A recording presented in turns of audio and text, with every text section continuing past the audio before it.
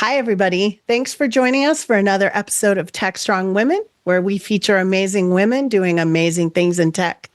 I'm Jody Ashley, executive producer here at Tech.Strong, and I'm here with my co-host Tracy Reagan, creator and CEO of Deploy Hub. Before I introduce today's guest, I want to give you a quick update about what's happening here at Tech.Strong. Be sure to register for Tech.Strong.Con 2024, happening on April 3rd. It's our virtual event. Speaker submissions are still open. And of course, we always love sponsors. So be sure and reach out. And if you're attending KubeCon in Paris, March 19th through the 22nd, Tech.Strong will be live streaming interviews from the event all week. So you want to be sure and stop by our booth and say hello or reach out and we'll set you up for an interview. You can register for all of our events by going to techstrongevents.com and be sure to tune in every day to Tech.Strong TV for great shows and interviews. Hey, Tracy, what's on your mind today? Now, I know we don't want to really geek out too much, but I'm going to take us there anyway. I want to talk about quantum computing. Oh. Now, why did I bring this up? Is because, I'm always looking at, and I'm really starting to read more about AI, and in my head, I'm thinking, how do we apply some of this new technology to solving the problem of cyber attacks through our software supply chain? How do we start trending on it, and how do we react to it? Because there's so many dependencies and there's so many pieces of the puzzle. So I started looking at quantum mechanics, quantum computing, and I just want to bring it up because I believe that we're going to see more of it.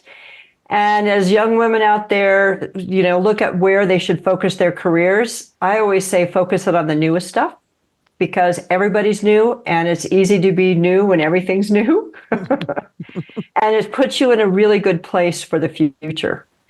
And it's not necessarily that scary. It just sounds scary. But just let me give you an example of what quantum computing is. So in our regular kind of computers that we have today, they perform tasks. And they do that by manipulating bits. And those bits are valued at 1 or 0. Well, quantum computing is similar but different. It's non-binary. It can be 1, it can be 0, or it can be both. And also, one qubit is what they call them, can influence another qubit state. So they have these states that they would call superpositions or entanglements.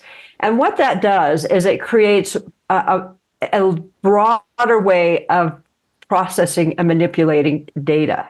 It becomes, instead of just 1 and 0, we have 1 and 0 or both, or something that's in between, something that has a superposition or has an entanglement.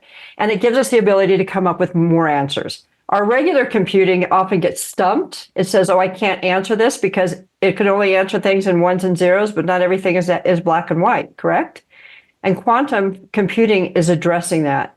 It's a whole new interesting field. IBM's doing a lot of work around it.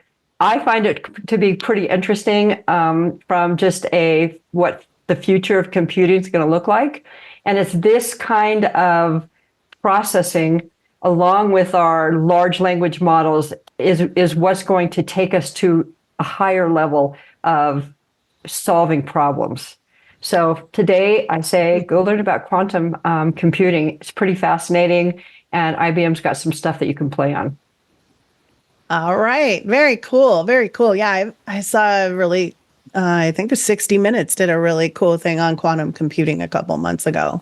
And I was really intrigued by it too. So it's going to be pretty exciting to watch that grow over time. Well, everybody, I'd like to introduce you to our guest today, Christine Golian.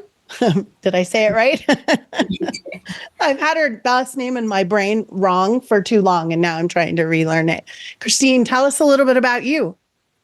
Thank you. And thank you for having me and saying my name correctly, pronouncing my name correctly. Yes, Christine Galion. Currently, I am a program manager in Sony's Global Information Security Group. But I actually started, it's funny that you mentioned quantum computing and the bits with zeros and one, because I started my career as a software engineer at Sprint, and I was hired to prepare for Y2K. So, coding in COBOL, and that was at that time. Thinking that I was coding in COBOL, and then just however many years later, you're talking about quantum computing is just so exciting and fascinating. But after a few years of doing consulting in telecom, I fell into the cyber industry and just have been loving it. And throughout that journey, I really found a great passion for, the women in the field. I was president of Women in Technology, and then now I'm currently the chair for STEM for Her, which is a 501c3 organization. And our mission is really to empower and educate young girls, young women in the field of STEM, and mostly the the disadvantaged populations. And I'd love to speak about the importance of that, later in this discussion as well. But yeah, that's a very short version of my journey in the IT industry. Well, every woman we talk to, one of the first questions we ask is, tell us about you as a young Christine. Did you have somebody in your life who influenced you? My mother really pushed me into the technical side of things. I actually wanted to be an architect, and she looked at me and she said, "Oh, honey, you could never do that. You can't draw a straight line." Which was true. Nobody could even read my writing, much less me draw something. And she really pushed me towards STEM. Did you have somebody like that influenced you in your life? And kind of tell us what your journey was. What did you study in college? How did you end up in technology in the first place? Yeah. So, growing up, I remember the young Christine, and I don't think it has changed since because I still love fashion. But the young Christine when my mom was out, she was an accountant. And when she was out in her job, I would steal some of her heels and dress up. So I always thought I'd be in business, just because she would come home in her business attire. And then in college, I actually studied international business and Spanish, but it was around that time frame that, again, I mentioned Y2K, and I think the growth of the internet at that time, that it was more of an external factor that pushed me in IT, because I think at that time frame I wasn't sure. I liked math, I liked art, and I didn't really know what was in front of me. There weren't that many educators out there that was pushing for STEM. And that's why it's so important that, what I'm doing with STEM for Her, it's so important to really expose those who would not see what STEM would be like, and make it possible for them. But I think the young Christine was always definitely in the business field, in the international field. But the big thing was also creating an impact for whatever I was doing. And that's why I loved it when I was at Sprint, because I saw the evolution. Again, it was a time frame where internet was growing, and I saw the evolution of, I'm here in the States. You had to call long distance or calling cards to call back to the Philippines. And then it's like the internet boom, and I'm able to connect with my family at home without having the great costs of, long distance calls or anything. And then email came, and it's just the convolution of connectivity and communication. I think the impact really helped me, really learn more about technology. Oh, so true. And I personally think that during COVID, we had so many virtual events. And I will always be now a fan of virtual events. Tech Strong does great virtual events.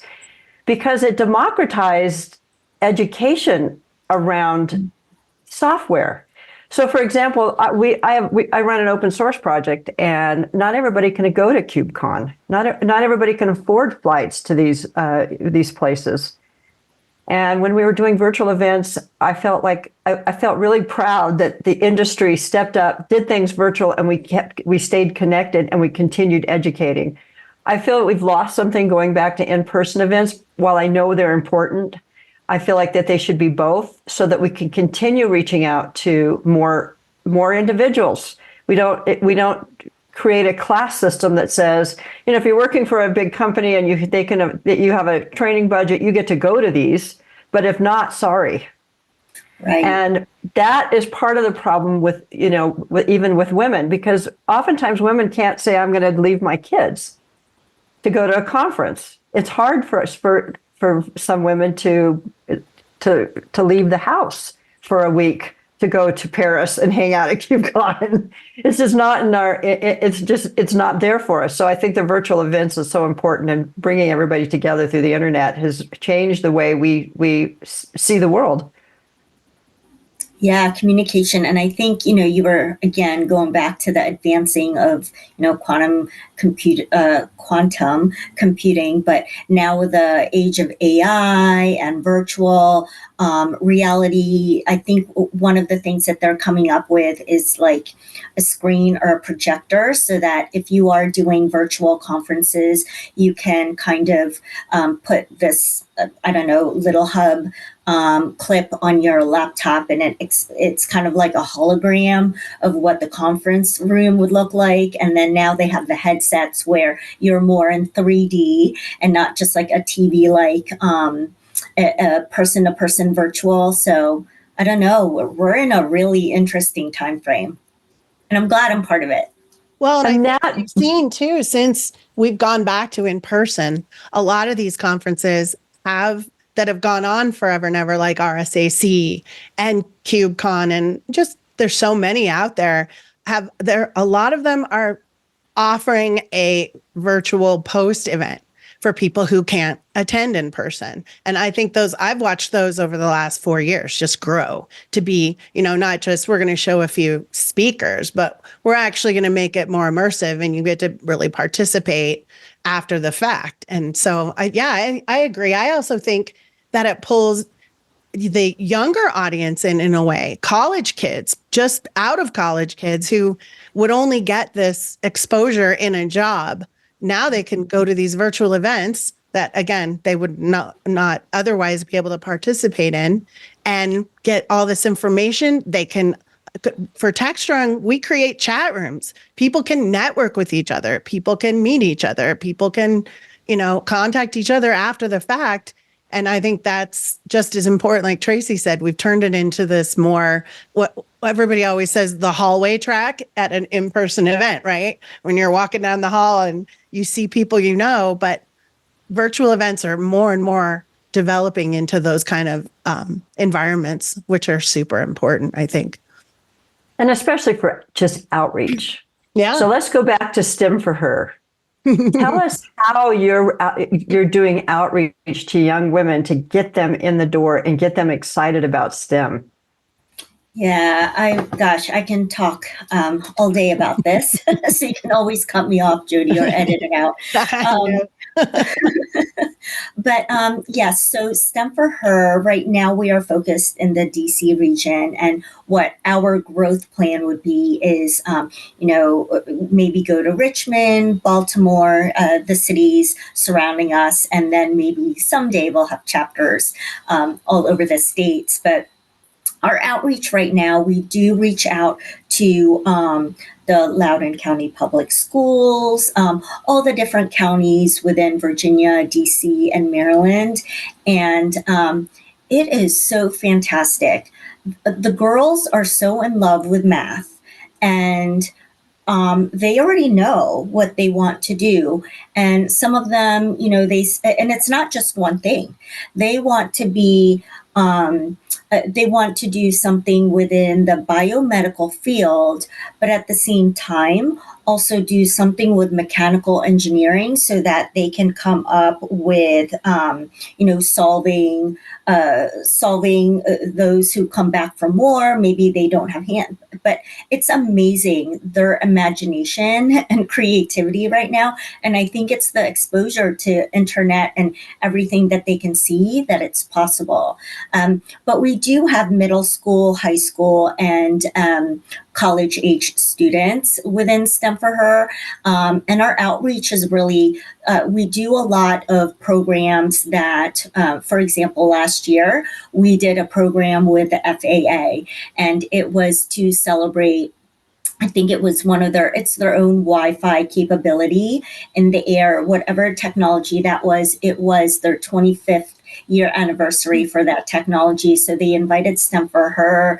The girls got to do, flight simulations, and then they got to look at the weather map. So it was not just, flight and pilot. It was also meteorology as well. So I think the more that they learn, the more that they get engaged. And that's why we want to expose them to these industries that they may have never thought about it. And then a lot of what we get, the feedback, is that I now know I can do it. I never thought I could, but I see that that's a female pilot. She looks like me. She talks like me. We're the same color. And she's rocking it. So I know that I can rock it too. So, and that's really our mission. Yes, and I'm, those young girls, as soon as they're exposed to the possibilities, I know that they'll soar.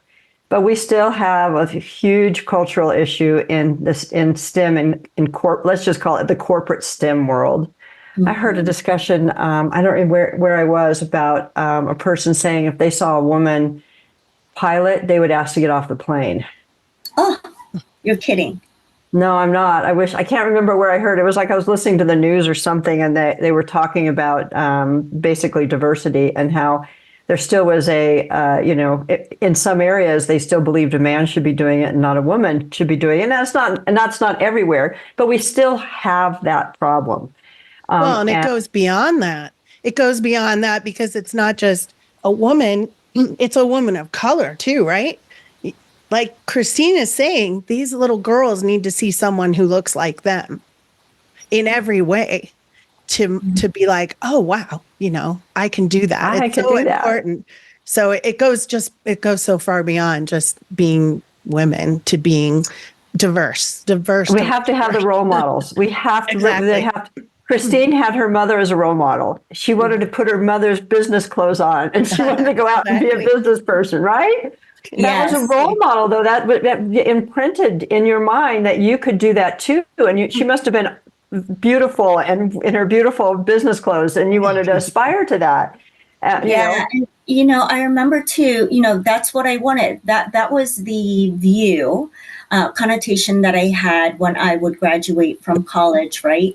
And then I entered the workforce, and I felt like I had to, because it was, programming, male-dominated industry.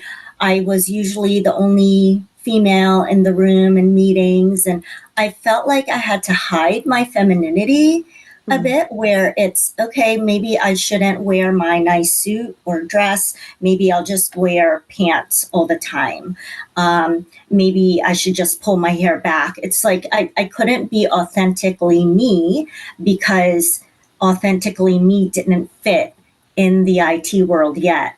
And I think I'm glad that, however many years now, we do see more women in the room, and, any hairstyle, any clothing goes, but it took a while for me to really embrace who I was and really be me in a meeting.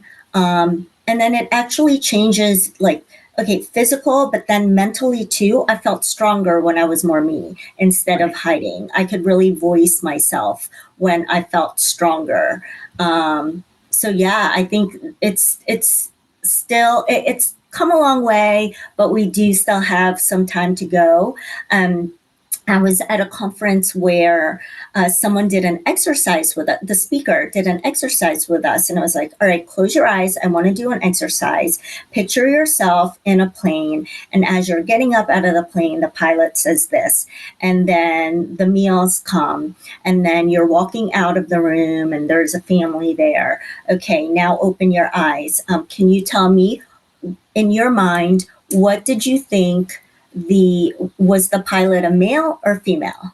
Was the server a male or female? So, and 90%, 95% of the room said that the pilot was male.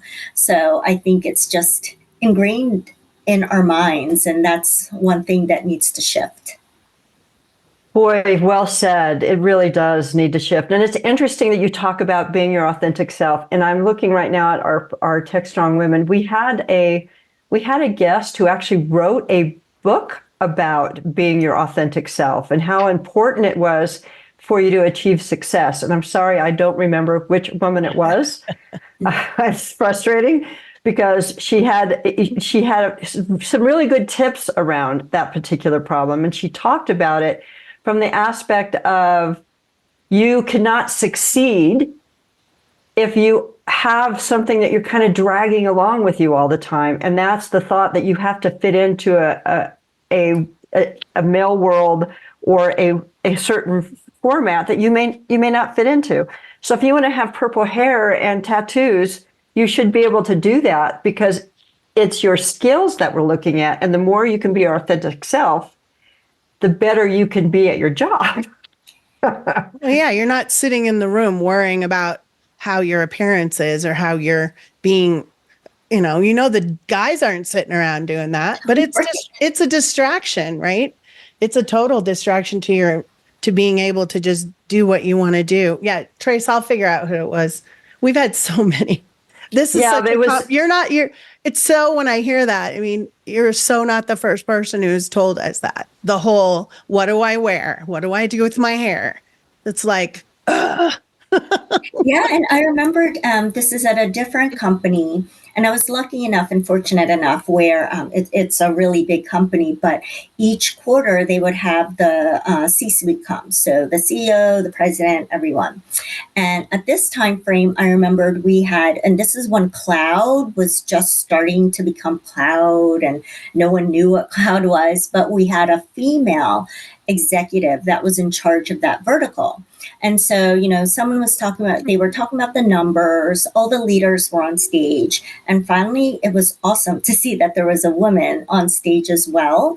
But then a lot of my colleagues, male and female, were kind of saying, oh, well, why is she wearing that or her heels and blah, blah, blah. I'm like, well, because those men, they can rock their Rolexes and their Hugo Boss suits. She can certainly wear her Jimmy Choos or whatever. She can wear whatever she wants. And her message about the cloud was so strong. And I wish that it was so strong, but I wish that what they were saying about her clothing, it like overpowered and it overshadowed her message.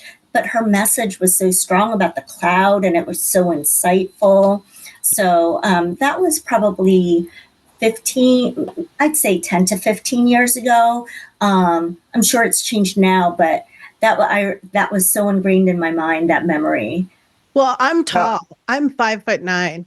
And so when I put on a pair of heels, I'm like 6 feet without any problem. And the number of times at work, I would be taller than a man, especially if it was a 4-inch heel. And they would comment because I was looking down on them because they had to look up at me. And I was like, and I actually found it to be pretty fun because it was like, okay, fine. If that intimidates you, I guess that's your problem. But for a long time, I wore flats all the time. And I reached a point where I'm like, I want to dress the way I want to dress. But it's funny because especially as a woman, if you're taller than them, because they're 5'10", 5'11", and you're 6'1", they don't like it. It's pretty funny. Well, this goes to another discussion, right? Because if you can't be who you want to be and wear your 4-inch heels and be 6 foot tall, you may not use your voice. Right. Right. right? So that's the first step for fixing the problem, is to be okay with who you are in order to find your voice. I always tell people, I think I was 50 before I found my voice. It took me a long time. I would sit quietly in meetings, and once in a while I would say to somebody, would you please, you have to stop talking right now because you're going to embarrass yourself. Because what you're saying is completely not accurate, and I'm gonna use my voice today, but it would have to be it would have to go pretty far before I would say, wait a second, everything you're saying is not actually true, and if we make decisions based on this discussion, we're going to make wrong decisions. So Well, why, it took a long time for me to go, I'm okay wearing my platforms and my miniskirt and using my voice in a meeting. Well, and what Christine said is so important because these girls are coming to this program, STEM for Her, and they are this generation of kids. I have a 26-year-old daughter, and she doesn't struggle nearly with this the way we did. They come in and they're like, "What? I can do whatever you can do." I think it's amazing because they just have a totally different attitude, and the more we can empower them, the better. Yeah, and same Tracy. I don't think that I found my voice until later on as well. Probably just 10 years ago. But yes, I love it. What you just mentioned, Jody, because so I call them. I have a group of friends. They're girls, and I know you see the memes or the gifs out there saying like intergenerational friendships are great at work, or coworkers, and friendships are very important. And I call them, my small group of friends here, my WIT next gen. So women in technology next gen. Because I'm like, I think I'm Gen X. Am I Gen X? And then I have someone that's a millennial, and then also Gen Z. And we go out all the time.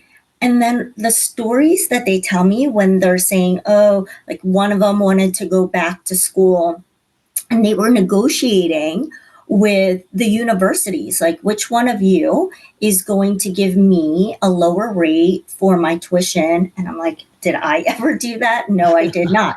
And then another one is like, oh, well, I told my manager that, they know what they want, this next generation. They are using their voice so much more to fight for, what they think is right. So I'm so glad, because I don't think that I had ever done what they've done in the years that they're doing it. Yeah, absolutely. Tracy, it was Trisha Montalvo Tim who wrote the book. We interviewed her, and she wrote a book called Embrace the Power of You, Owning Your Identity at Work. And she talked all about some of the things that you've brought up. It's a good read. Yeah, so viewers who want to expand on this particular topic, that is a good place to go. And it might be a good place for your STEM for Her ladies, right? Yeah. So they're okay with it. You have to be told you're okay with it. I'm just going to say one more thing on this topic, then I want to ask some technical questions. But I went and saw the movie Origin. I don't know if you've heard about it yet. It's based on this book called The Caste, CASTE, like the caste system. Yeah, I've heard about it. Oh boy, it is. You have to be brave and go see it. I can tell you, I cried for about 20 minutes, like cried for about 20 minutes watching it. It's a really good movie. It's about the woman who wrote it and her journey in writing this book, Caste. But it talks about a caste system in every culture. And in many ways, what we're talking about here is the caste system, and where women are on the ladder of technology. Men have we actually used to dominate technology. Let's remember that. And somehow in the 80s, we lost that position, and men have always now been on the top. And I always tell people this: women in technology who are out like me with startups, we have access to about 2%, less than 2% of investment, less than 2% of investment. So it's hard to get those people, the women, up the chain to be role models. But we have to understand it from the caste system, because we start thinking about it that way. We start understanding how to support each other, how to use our voice when we see it happening, and how to fix the problem for good. Now, You're in the security business, and this is an area I'm pretty focused on because of what we're doing at Deploy Hub. My company is we're gathering security data. Where do you see, if we look at the future and we say within the next 5 years, where do you see the biggest holes in our security? Does it continue to be in ransomware? Is it in the software supply chain? Is it in penetration? Is it in denial of service? Where should organizations start focusing their attention in the security realm? If I were to look like at a roadmap, I don't think it would. Well, ransomware, I think will always be there in just because of the money that comes with it. But I think with the rise of AI, we have to think about what are the new things and how do we secure them? Because I know, so for example, endpoint security, let's say. So it used to be, okay, I'm going to push something out to your computer, endpoint security, and it's going to identify that malicious vector, and then it's going to block it, and then we'll do something about it. But now they're adding AI, some companies are adding AI into that endpoint detection so that it's not only like, okay, I'm just going to continue to monitor, block it, and then do something with it. It's actually now learning the habits of what the user is doing in the system and then kind of bringing that back. I mean, I don't think they're doing it maliciously. They're just trying to collect data to gather what the habitual, acts are to learn more about the process and in the computer and what's going on. But I think the more that they're going to add AI into these certain products, that of course there's going to be some player that's going to do something with it. So I think trying to figure out how we can stop the bad actors from the AI features that are being plugged in to some of these solutions that we have now. That's kind of a big thing that I'm looking at. I just was reading something on a similar topic around that, because AI needs these large language models, right? Generative AI does. And how do we start protecting those large language models? It's data security has always been a top priority. And this is a whole different kind of data security. It may not be somebody logging in and with a 123 password and somebody gets to your data. It may be something a little more complex and a little more nefarious and hidden. And so how do we start protecting that? And also on the news today, before I sat down, I was having some coffee, and they started talking about, the disinformation campaigns we'll probably start seeing in 2024 that are AI generated. And how do we start? And that's part of security. I mean, if you think about the U.S., those disinformation campaigns can be really, really bad for the security of the nation and in any nation that experiences that. So I think you're right. AI security is an area that we all should be really talking about. Well, they're already doing it too. They're already doing it. They did a robocall where they used AI to generate the president's voice to tell people not to go vote. Yeah, it's already happening. Wow. Yeah, they did it in one of the primary states. They used his words like malarkey and the folksy words that Joe Biden likes to use. And I listened to it and it was frightening. And they're in big trouble. They're being prosecuted for it. I mean, they jumped all over it, but still, doesn't that prosecution could last another 6 years. Exactly. But the turtle in our they legal took it system. very seriously, much more quickly than I've ever seen happen. They're trying to nip it in the bud, but yeah, it's already going on. And that's not it. We could, we think about just threat models. How do you know your threat model hasn't been tweaked? Right.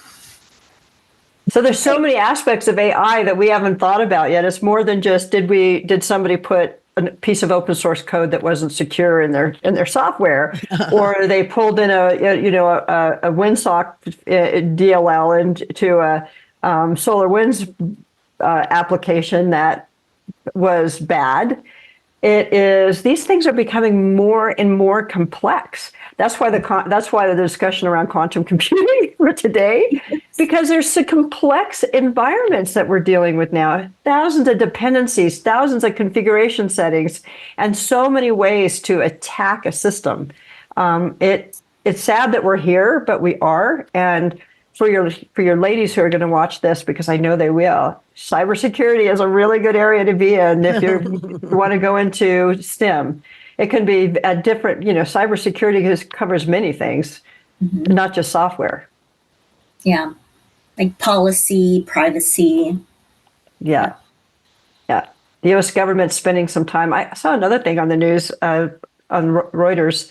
They said that the government is starting to track, how well we're addressing vulnerabilities in software.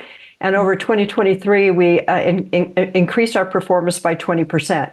That's not a lot, but it's bigger. It's the right direction. It's like better than zero. It's something, right? It's like being on, going on a diet and getting on the scale, every week. And then finally you go, I lost 2 pounds. It's going the right direction.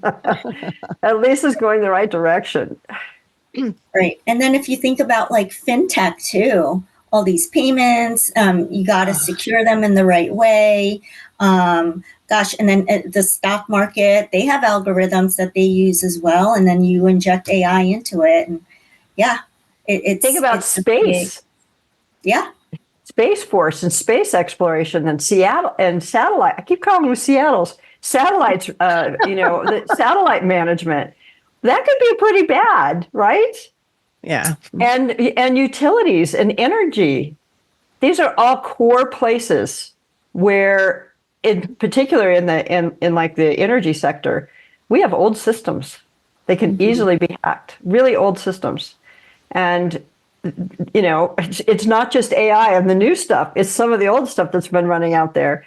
So it's a really good area to go into. So ladies, take that on, make that where women succeed in cybersecurity, because it will be a big, big area and I'd say in the next 15 to 20 years, we're going to see a lot of development in this space and a lot of new jobs. And it is, and if you like being a spy, it's an interesting area. It really is. Christine, when you're working with the younger women, is there a specific area that, with social media and all this stuff they're exposed to, is there an area that you see more of them leaning towards, or is it diverse? It's pretty diverse. I'm just very, sometimes I just get really, I'm surprised with some of the things that they come up with. Like I said in the beginning, mathematics is a big one for them. So they're trying to learn more, is it just accounting? Is it finance? But then we're like, no, it's data analytics. And then you can turn it into what you can do at NASA. And then it talks about algorithms. So it's kind of expanding their knowledge on that specific subject. So science. Is it just this? And if you think about it, we have the T for technology, science, technology, engineering, math, but then technology is hitting each and every single one of the science, engineering, and math as well. So we're trying to tell them the evolution of what STEM is. But yeah, mathematics is a big one for them. A lot of them want to do aerospace, engineering, which is fantastic. And it's just not your typical what we grew up thinking what STEM was. It's so advanced in their thinking. And that's what I love about it. But mathematics is a big one for them. That's good. Girls feel empowered to do math. We know that wasn't always the case. Yes. The aerospace industry, basically the space market could grow to $1 trillion by 2030. It went up from, I'm reading this, 447 billion last year, up from 280 billion in 2010. And they propose it, they believe it'll get to $1 trillion by 2030. Wow. It is going to be a very big, it is the new frontier. And it's a very interesting area to get into, because there's going to be you don't have to go into space. I wouldn't go into space, but you could be working on antennas and, and all kinds of new technology and space vehicles that they're going to be putting up into orbit. And so it's another big area to get into if you're into STEM. Yeah, and then if you think about even just retail, right? They're not thinking about it of, just designing clothes. It's okay, well, there's now, I think it's either Nike or one of those vendors that have um, clothes where for deaf people they can wear it, and it will, whatever they go to concerts, it kind of lets them feel the beat even more. There's like sensors all Oh, over wow. that shirt. And then they have shoes, I think it's Nike that has this, where those who may have lost limbs in the war, etc., it's like they don't need to tie shoelaces. They just put their foot in the shoe and it just wraps by itself. So it's just thinking about where we are today, what does society look like today, and then what does technology look like today, to use that and try to visualize what people need, and then they do it. Yeah. That's a pretty cool description of clothes that are smart. Yes. Yeah, smart clothing. Smart Smart clothing. clothing. That's a new one. I haven't really thought about smart clothing. Well, That's really I mean, cool. there's companies that have done even lower levels of it, but they're doing it. It's like Columbia, which is a huge brand that I like to wear, has designed this whole inner lining that's reflective. So you can wear a coat in really cold weather that's half the weight of a big puffy coat, but because it looks like tinfoil, but it's not, but the fabric and the designing in it, it reflects your heat back onto your body. So it keeps you much warmer with way less materials than a regular big puffy winter coat where you're walking That around is really like, cool. looking like that. Columbia's has this whole line of it. We have it, and sometimes it's too warm. Like you can't wear it to the grocery store because you get all That warm is and hot. really cool. I have to think decide what the weather is and what I'm doing, and pick the coat that has it or doesn't, because I it need works that. that well. I They do need it with that for. gloves. You're going to have to, afterwards, you have to send me a text Yeah. to let me know what it is, because I need that for writing. Oh, I yeah. hate putting on heavy coats for writing. Oh, totally. I'll hook you up. It's great. And I'm freezing. I'm only in like it's like, okay, I wish I'd get warmed up because it's cold out here right now to Yeah. ride. But it's so cool that, and Christine's right. There's so many cool ways that, watch some Star Trek episodes, people. Look at all the Yeah. cool futuristic things that are And the happening. movies that we used to watch, they're all coming to fruition. That's cool. We're huge Trekkie fans in my house. Now I'm just ready to be beamed up someplace, right? Beam me up. No, I don't want to go to space. I want to stay on Earth. I wouldn't mind. It's cold right now. I wouldn't mind being beamed to some beach somewhere right now, though. That is real. Well, you guys, we are coming to the end of our time together. Christine, this was so great. I got to tell everyone, I've been trying for like a year to get her here, and it just hasn't worked out. And even with everyone getting sick at the end, we still pulled it together. So thank you so much for being here. Good luck with your girls, really. Oh, Your yeah. STEM for Her is such an important project. Congratulations on the work that you've done, and I wish you all success as you move into those different areas, those different states. Thank you. And thank you for having me. I'll make sure that, in 3 months we do this again. Yay. That would be great. Cool. Yeah, it's such a great time to meet with you. So thank you so much. Maybe we should bring some of your STEM for Her girls who have found their voice, so we could do a little panel. That they are so eloquent, they would absolutely love it. Oh, let's do it. I would be in touch with you. I would love to do a panel with you and some of your girls. That's amazing. Great call, Trace. All right, everybody, stay tuned. There's a lot more Tech Strong TV to watch today. Thank you, Christine, for being with us, and we'll see you next time on Tech Strong Women. Thanks. Stay well. Thank you.